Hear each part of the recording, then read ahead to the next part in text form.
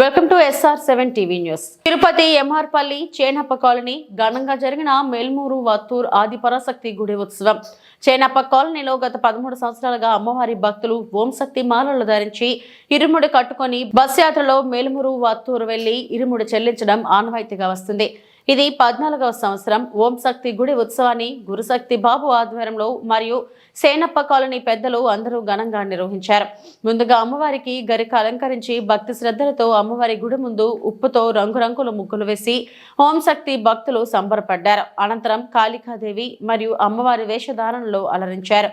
ముగ్గులపై దీపం వెలిగించి దీపాల చుట్టూ అమ్మవారి పాటలు పాడుతూ నాట్యాలు చేస్తూ గ్రామస్తులని అలరించారు. గురుశక్తి బాబు మాట్లాడుతూ ఈ 14 సంవత్సరాలు ఘనంగా జరుపుకోవడానికి గ్రామస్తులు మరియు ప్రజలు ఎంతో సహకరించారని వాళ్లకు తన మనస్ఫూర్తిగా ధన్యవాదాలు తెలుపుకుంటున్నానని తెలిపారు.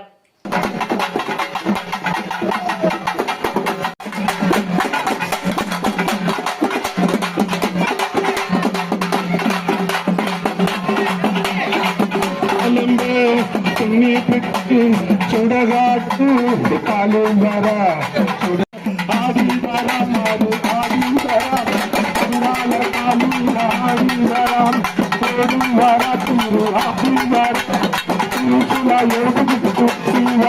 ఆదివరం ఆదివరం